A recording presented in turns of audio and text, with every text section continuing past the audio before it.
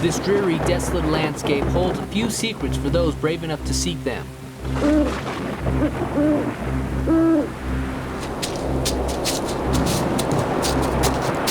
Because truth ultimately lies beyond the threshold of wisdom.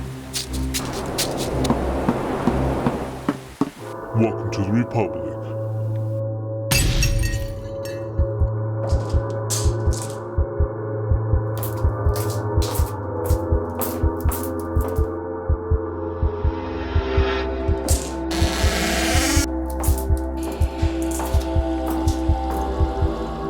Yes, come in.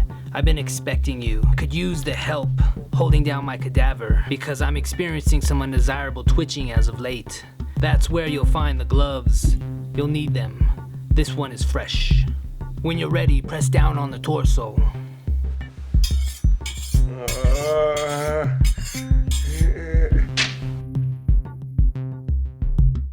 Now we shall leave it here to drip dry. This will be my greatest creation, combining cybernetics to organic flesh, and you shall bear witness. We first must achieve certain levels of computing capacity in order for this fusion to work. With grid computing creates the network that makes this possible. That's why we must break through those barriers to create a custom build. Now with this system, we'll need a stronger power supply unit because the original PSU is only designed to operate what's in the case and only produces around 230 watts, which is far under the requirements of the new graphics card. Here's a brief overview of the system, which can be divided into 4 sections. On the motherboard sits the i5 processor. Underneath the CPU cooling system, there's slots for additional DRAM and slots for a graphics card. The PSU, storage drive rack, and the optical bay are located in the other sections and will be discussed in further detail. Be aware of static discharge. It's always good to protect against static electricity, and that wristband will do just that. The next section is the power supply unit with all its cables. On the original PSU, the white casings are for powering the motherboard, one SATA cable is for the hard drive, and the other is for the DVD player. On the newer model, the same 24-pin plug is to power the motherboard, the SATA cables for the hard drive and DVD player, but now there's 4-pin power supply cords and PCIe cables. These new cables allow an upgraded graphics card and possibly other accessories, but not all cables need to be used, so no worries if they're not. Next, there's the optical drive hanger, where the DVD burner resides. Note, there's extra space to add an additional front media panel or other upgrades if desired. And lastly, the hard drive cage, which can hold 2 storage drives. So what we're going to do on this particular build is going to increase the power supply unit, or PSU, install a graphics card and solid state drive, add an external hard drive, audio interface, and speakers. For starters, we have this GeForce GT740 Superclock graphics card with 4 gigabytes of NVIDIA technology and compatible PCIe 3.0 GDR5. Now that last bit of information is important when trying to couple it with a motherboard.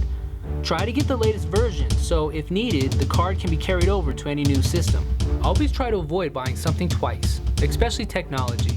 A good example is this computer monitor that was manufactured in 2005. Although it only has 1280 by 1024 resolution, many years later it's still running good with no issues. Next, we'll be installing a 250 gigabyte solid state drive in addition to the 1 terabyte hard drive already in use. We'll use the solid state as the main driver and reserve the existing hard drive as storage.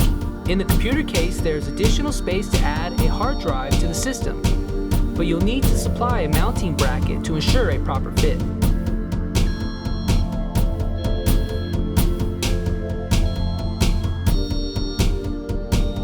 Pay close attention to the file destination because unless properly named, files can be misplaced. Now this Tascam 2x2 operates as an external audio card boosting sound quality. The device is powered through the computer by a USB cable for ease of convenience. It also acts as an import point for live instruments and microphone vocals. Here are some 5-inch Mackie Studio speakers, great for mixing and mastering. Plus, their sleek design goes well with any setup. I would also recommend an external hard drive. Now this is for backing up all important files onto a source outside your computer. Now at the top is where the PSU sits. You can begin removing the screws to dismount the unit to swap in the new one. You can even begin plugging in all of the components with the new PSU as you unplug the old ones. Near the back sits the release button. Press and hold as you remove the PSU from its perch. Insert the new PSU and connect all necessary cords. The system has 4 slots in the back of the computer that can be removed to accommodate the expansion cards. Slide the graphics cards into place on the motherboard and secure the ends to the chassis.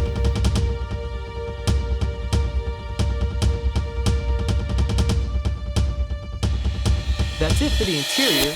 Now let's add the external components.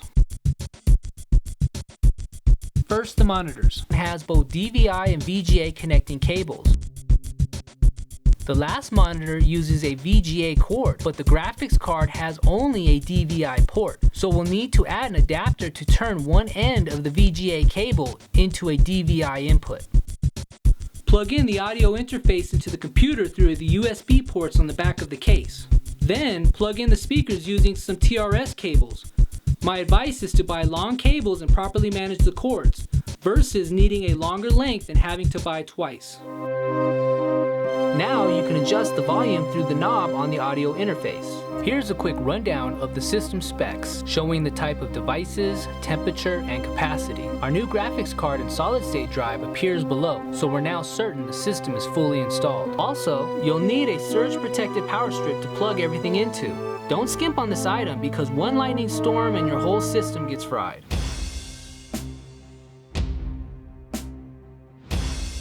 Although, I'm eager for the lightning to strike, to power my grid of computers, creating the capacity needed to give life.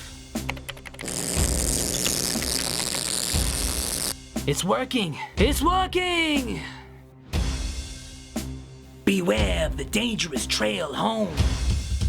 It's starting to get crowded.